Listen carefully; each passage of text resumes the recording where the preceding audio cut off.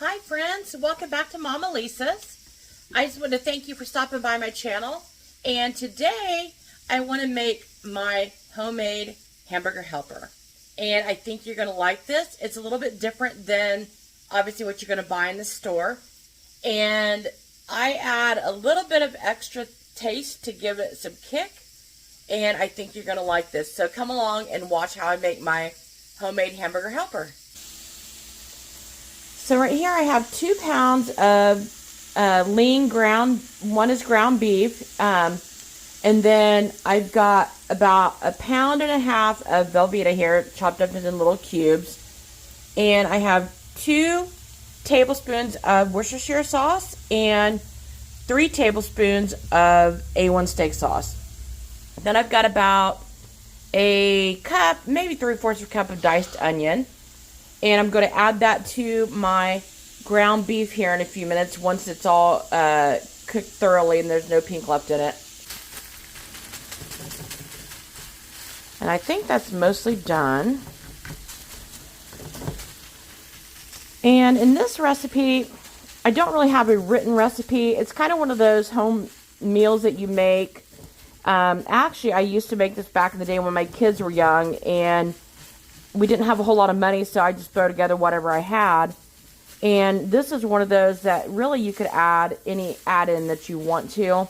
Today, though, I'm keeping it pretty simple with my Velveeta and, of course, my seasonings. I'm going to use just a little bit of Creole and a little bit of my garlic dash there. So, I'm keeping it pretty simple today. You can add about a can of, or half a can of tomatoes to this, drained. Like the diced petite tomatoes would be really good in this. But today I'm not going to do that. Just, like I said, I'm keeping it basic. So I think that's done.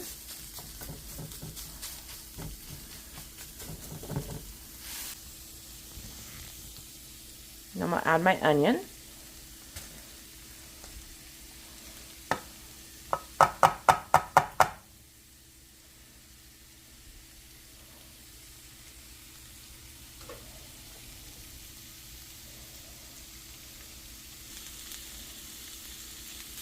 Alrighty, and I'm just going to continue stirring that. Getting those onions mixed in until they're nice and soft. Bit Creole, not too much because that stuff is pretty hot. Add a little bit more kick than you want.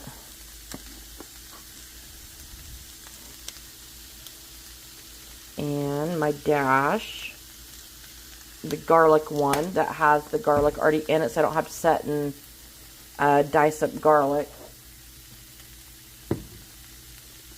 Now I have made this completely from scratch using, you know, fresh garlic and whatnot, but today, for time's sake, I'm not going to do that. Okay. It really smells good.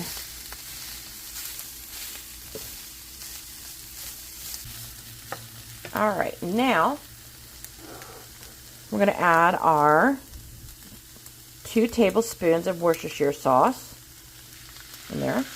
And that is one thing you can add more or less of, depending on your taste. And I have, like I said, 3 tablespoons of A1. I'm just going to add that as well. And that is one of those things, like I said, you can add to your taste. I don't want to add a ton because the friends that I'm sharing this with, I don't want, you know, if their stomachs are sensitive to the spice, I don't want to upset their stomach. Me, I can take a little bit of spice. It doesn't bother me a bit. Now I'm going to mix that in while those onions continue to soften.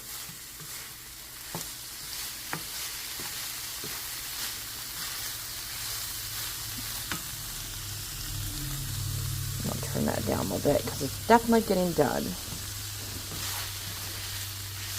I'm going to add my Velveeta.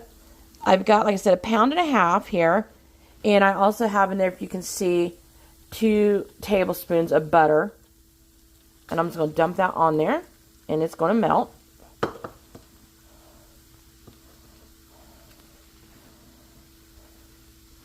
And I've added most of that cheese. As you can see, I still have a little bit out here. I'm going to hold on because 1.5 pounds may be too much. I don't want it super cheesy. Now, whenever you make this, you know, depending on your preferences, you can make it super cheesy. I mean, it's not an issue. It just depends on your preference. And that is going to melt in there. And you can put a lid on there. Now, you can go ahead and probably put this in a bowl, which I do all the time when I make my homemade mac and cheese. And I will melt my cheese and make my sauce and pour it in that way. But this, you know, it'll melt, and then the seasoning and the sauces will get into the cheese well. So I'm just going to put a lid on it here, and I'm going to let that melt. Okay. And that is starting to melt. I've got my macaroni on there boiling. And then I'm going to go ahead and add my cup of milk to this. Now that it's starting to melt.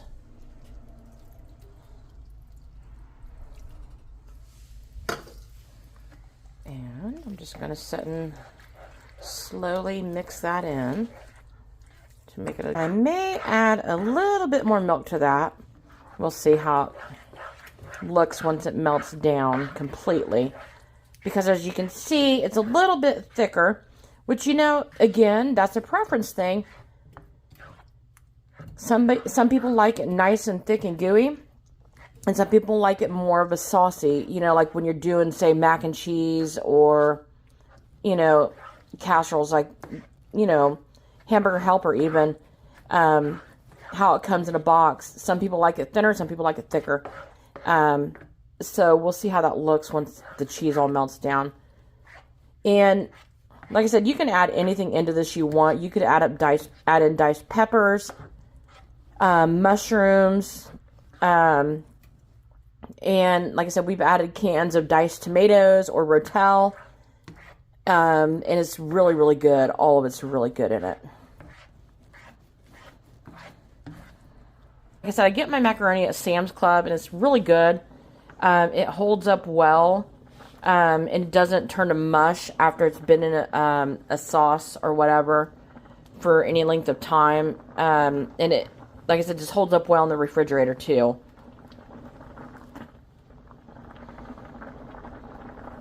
I'm going to see if that is done.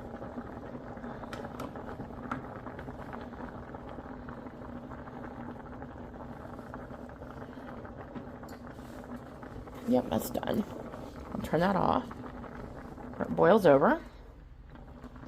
And I like my pasta just al dente, because when you're adding it to sauces, you don't want to overcook it, because the heat from the sauces will cook it more. And that's another reason you want to make sure you have adequate sauce for whatever pasta dish you're cooking, because if you cook something al dente the way most recipes call for your pasta to be cooked, it will absorb your sauces. So I am going to go ahead and add in about another 1/2 cup of milk.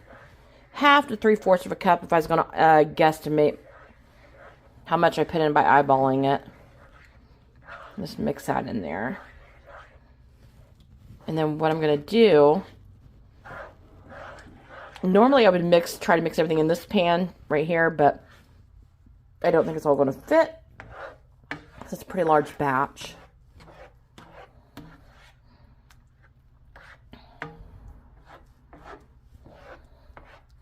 Went ahead and poured my macaroni back in the pan that I cooked it after I drained it, and mixed my hamburger and cheese sauce in with it.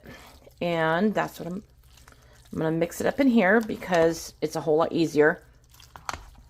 Because the skillet just isn't big enough to hold 1 pound of macaroni along with the sauce without flipping it out all over the place, obviously.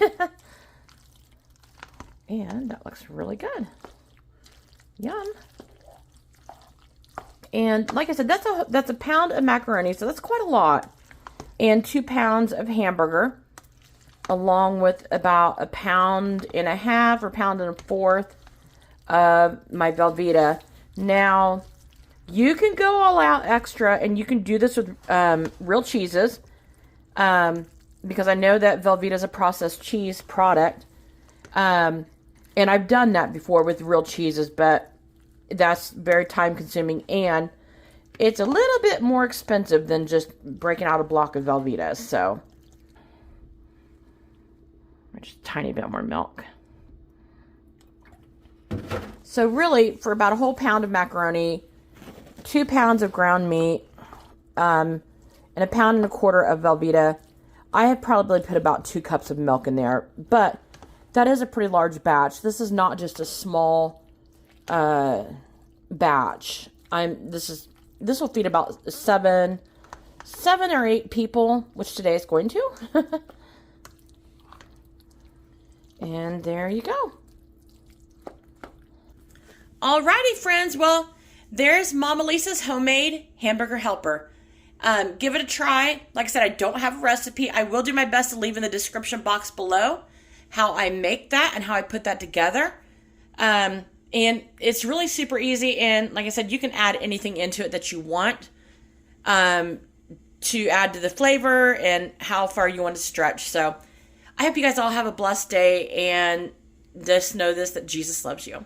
Thanks for stopping by, and don't forget to hit that subscribe button.